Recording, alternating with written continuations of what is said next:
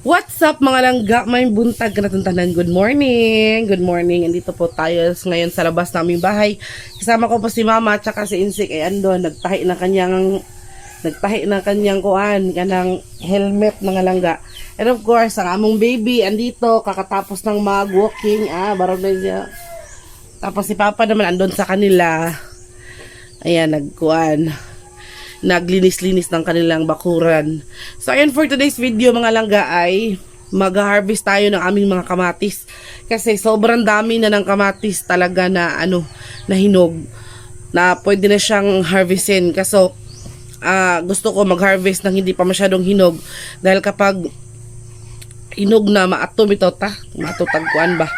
So, buti kong i-harvest din siya na hindi pa siya masyadong hinog para yung paggamit natin ay paunti-unti lang naman kapag magtitinola, kapag ginagamit natin ng kamatis. Pero baka kasi maabtan tawag kuan baka donut. So let's go mga langga, mag-harvest tayo ng kamatis. Sama ko si Insi kasi nag-harvest na kami, supposed to be nag-start na kami mag-harvest, kaso lang nakalimutan ko na mag-vlog. I-update ko pala kayo sa sa aming mga kamatis. So hi to my vlog Mother Earth. Kumusta na ang imong pakiramdam? Okay na.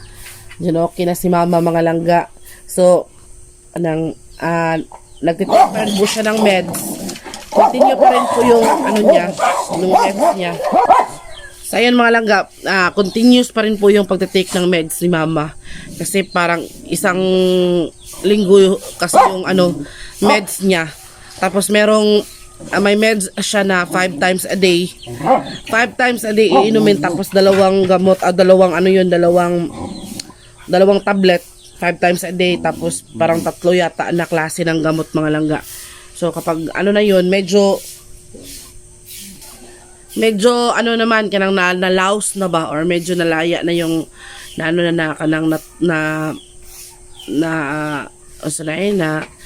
insik kanang niuga na ba or natuyo na yung mga ni Mama, mga butlig-butlig. Pagas. Medyo napagas na. Gusto ko nga sana ipakita ngayon mga langga, kaso lang baka hindi pwede sa sa YouTube. So baka magka-violation tayo. Kaya yun, pwede baka kung takot kasi ako baka magkaroon tayo ng violation, kasi alam nyo naman po ang YouTube ay marami talaga tayong sinusunod na patakaran. So bawal daw po magpakita ng mga ganyan-ganyan. So susundin na lang natin mga langga. Kasi hindi nyo naman masasabi din na nagsisinungaling ako na ang mama ko ay may sakit. Sino ba namang tao ang gugustuhin na magkasakit siya, di ba? Kami, we don't mind kung 1 pound sa panadinha. Isa di ba ma? Isa may tao nga gustong masakit. Isa may tao tunguhon lang jud ang kaugalingon para lang ingnon niya na sakit. Ampo sa Ginoo. Yes. Sakit. Pray nga tayo ng pray na sana ilayo tayo sa mga balatian, mga sakit o mga dinaramdam na ganyan. Tapos tunguhon pa nato or pa natin yung sarili natin para lang talaga sabihin na meron tayong sakit mga langga. So yun nga, sana maintindihan nyo na hindi ko mapakita yung nasa likod ni Mama, kasi nga baka hindi pwede sa YouTube. Pero kung gusto nyo naman talagang makita talaga, pwede nyo kung i-direct message at i-send ko sa inyo yung picture. Kasi meron kasi talagang mga tao na bitaw ka ng meron kasi mga tao mga langga na iba yung iniisip na kanang nagpapaawa lang kami, mga ganon. Pero tsaka na natin pag-usapan yan mga langga dahil mag-harvest pa tayo ng kamatis. So let's go.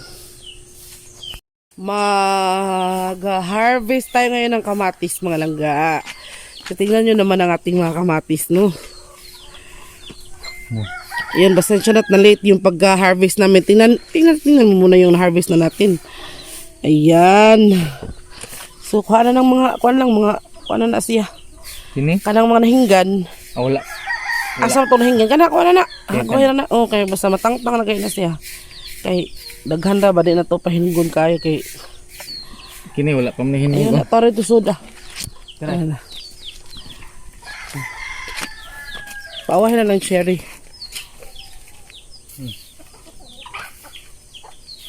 Yan, kana. Anak kilid. Kahit ko man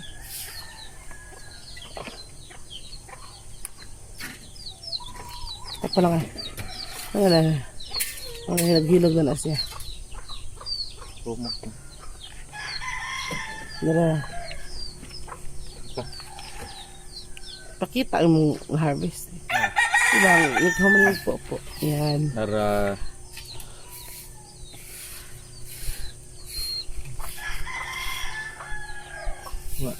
tao lang dito magtayo. Ano naman yung bunga na yan, oh. Ayan.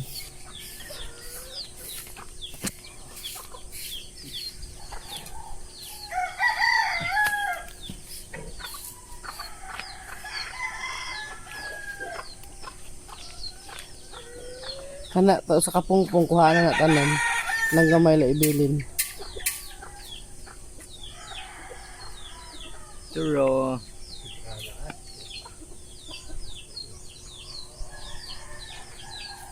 kini ang kinabuhi. Ay, nadunot na. Ay ko lang gapon na kay katunga na madara. Wa na lang. Sige. Sunod na ang cherry na pod be. Tingnan nyo naman mga langga. Ang harvest no. Ngayon, let's harvest our cherry tomato. Yeah.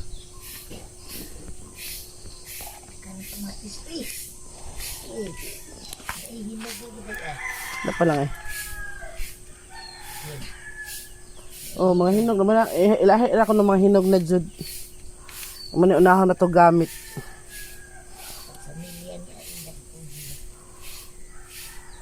Ito, kuspikas lang. Aray. O, tingnan nyo naman yung mga bagong tubo, mga langga. Pero nanguanas bunga. Grabe. Yan o. Hitik na hitik sa bunga ang ating mga kamatis, no? Praise the Lord. Hallelujah. Amen.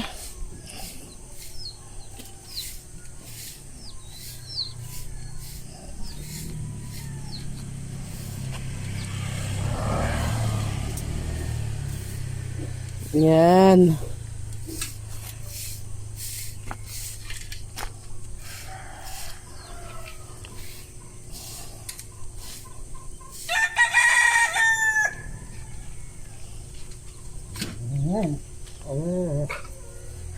Sayang ito.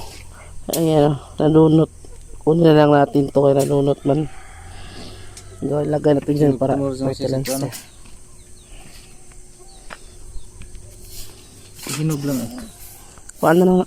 Ay, hinog lang yung ano siya. Ay, nanunot sa no. Kuhaan na basta na idunot. Kuhaan nun, magunagot. Tuktukon sa manok ba? Ang lubot mo na siyang madunot.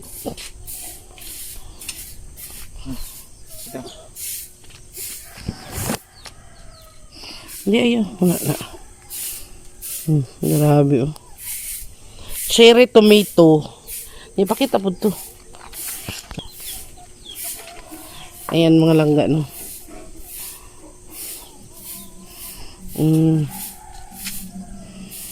Kung mukhaan mo, ano pagtanong. Ay, ayan, mga langga. Sige, buta na dito. Ako na ilahi. So, update ko naman kayo sa aming mga ito aming mga ampalaya na giputos. Medyo malalaki na siya mga langga. Pero amot ay mabuhi, majugahan ni siya no kay na nangalaya na malisiza.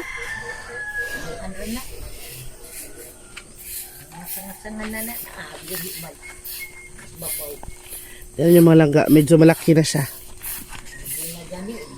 Pero itong ating itong ating string beans, hala, nalaya na lagi ning kuan. Ay, ginadunot na gining dako, oh. Oh. Di, wa man nagiputos. Tingnan nyo, mga langga. Parang, ano na siya, kapag tingin ko talaga, hindi mag-work tong ating ginagawa, papalitan ko to ng panibagong punla. Siguro din dahil sa init, kasi prone na ito sa init dito, mga langga eh. Tapos itong aming mga string beans din ay naturag na ba? O, tinan nyo mangyari mga langga. Kapag hindi namin siya binalot, ayan o, na hole in the wall. Tanggalin na lang natin to. Anong nakuha siya ba madunot. O, tingnan nyo. O, may mga kuan. Kaya naisipan ko na kuan og bag-o, magtanom tag bag-o. Kay kanang tinguan, pero ngayong mainit pa yung panahon. Parang hindi po muna. Siguro magtanom ta lang, pero atos may dili kayo init nga part. Pwede raman, kay sayang ang ang panahon po. Marami na akong mga beans, mga langga. So ayan, meron pa tayong mga maraming kamatis dito. Ayan.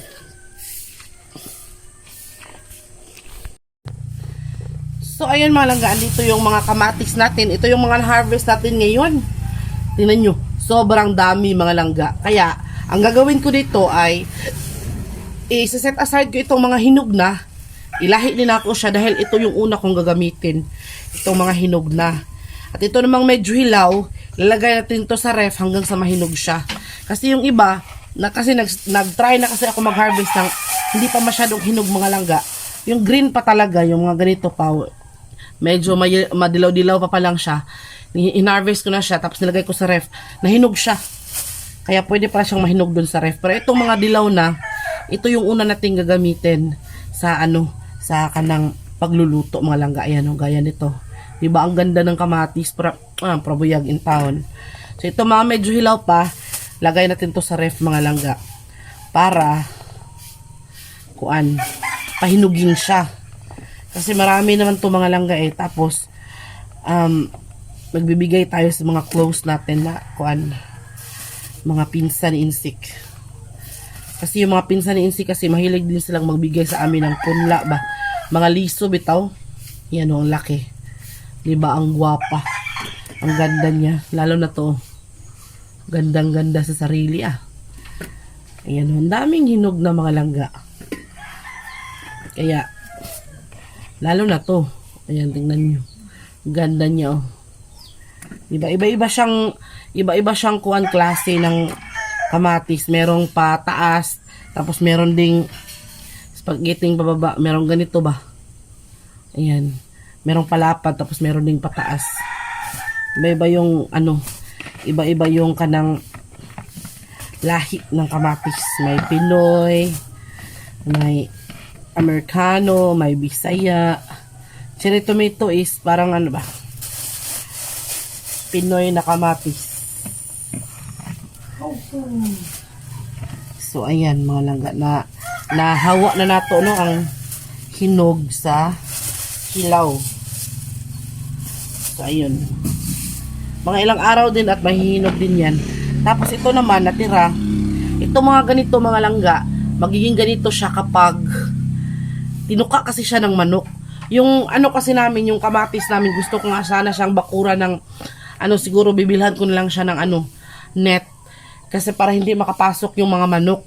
Kasi yung mga manok namin, ilang beses ko nang naabutan, ilang beses ko nang naaktuhan na tinutuka yung mga bunga, lalo na kapag medyo pahinog na. Kaya ganyan yung nangyayari sa kanya. Yan, para siyang nagkakasugat. Pero gumagaling naman yung sugat. Hindi naman siya totally nga ma-rotten or madunot ba. So magagamit pa natin yan. Meron ding maliliit pero hinog na. Yung ito tingnan nyo. Yan, tinuka yan ng manok mga langga. Tinutuka talaga siya ng manok.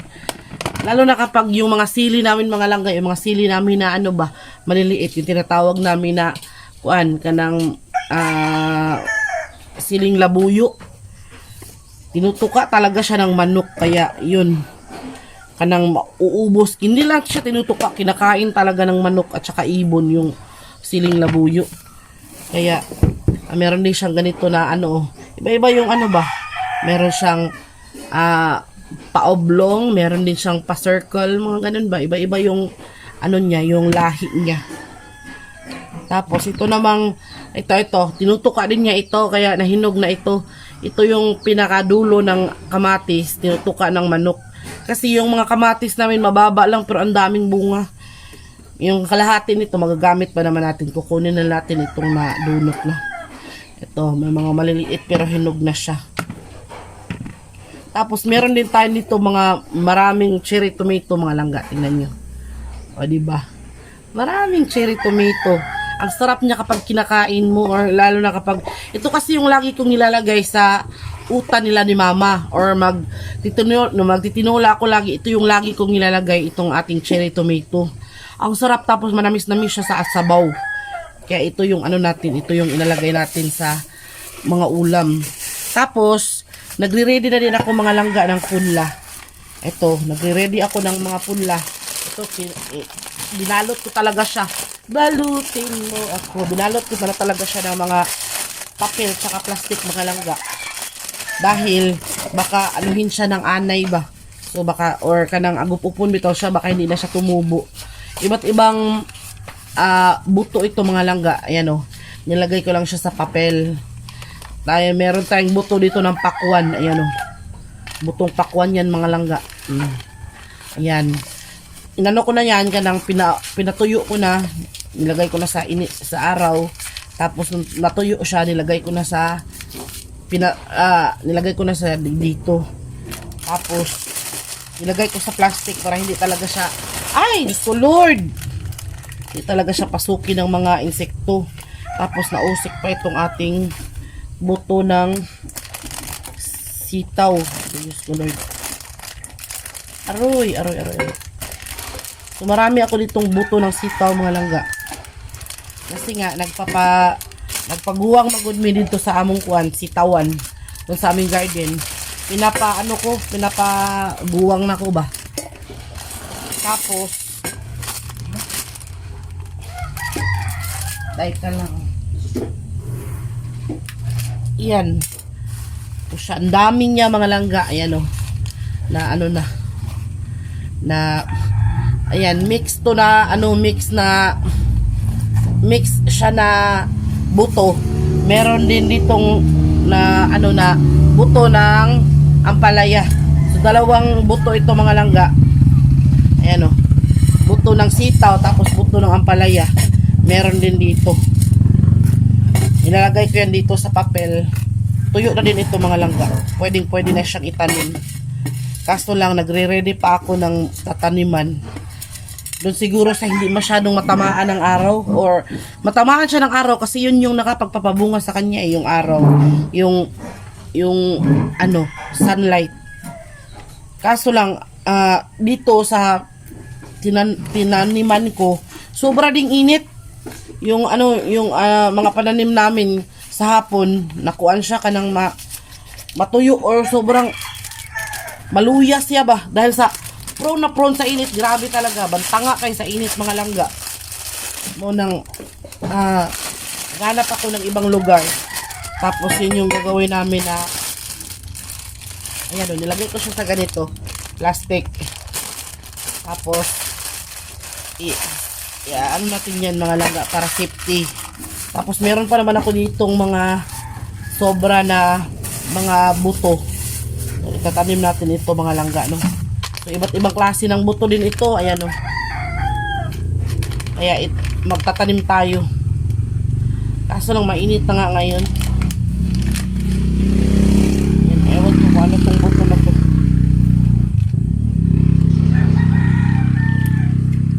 Tingnan lang natin kapag tumubo na.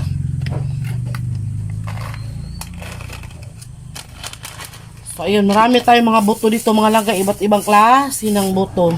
Meron tayo ditong capsicum. Yung capsicum ko ay, pinapatubo ko pa. Meron namang medyo malaki na. May mga dahon na nga. Tapos, magtatanim tayo dito, ganito. Dwarf na beans. So, Baguio beans na dwarf. Tanim tayo niyan. Marami tayong itanim. Tapos, ito naman, parang natanim ko na yata ito lahat. Ito yung ampalaya. Ang pangit ng ito, ang pangit pala. Tapos, nagkapagtanim na din ako ng meron pa pala tayong tanim mga langga na namumunga na. Pero i-vlog ko yun one of these days. Yung talagang makikita nyo na yung laki. Nagtanim kami ni Papa ng kalabasa. Yun, kalabasa mga langga. Sobrang dami ng bunga. Pakita ko yun sa inyo one of these days mga langga. Pero, wag muna ngayon dahil medyo maliliit pa siya. Pakita ko sa inyo yung kapag medyo malaki-laki na talaga siya. Papakita ko sa inyo yun one of these days mga langga. i-ready na natin itong ating mga seeds at magtatanim tayo, no. So marami pa kaming seeds doon na pinapatuyo, mga langga. Tapos ano pa tayo dito ng ating mga kamatis. So tapos meron din tayong siling haba. Nag-ano din ako ng siling haba, nagpatuyo ako ng siling haba. Para marami talaga tayong pagpipilian kung ano yung itatanim natin.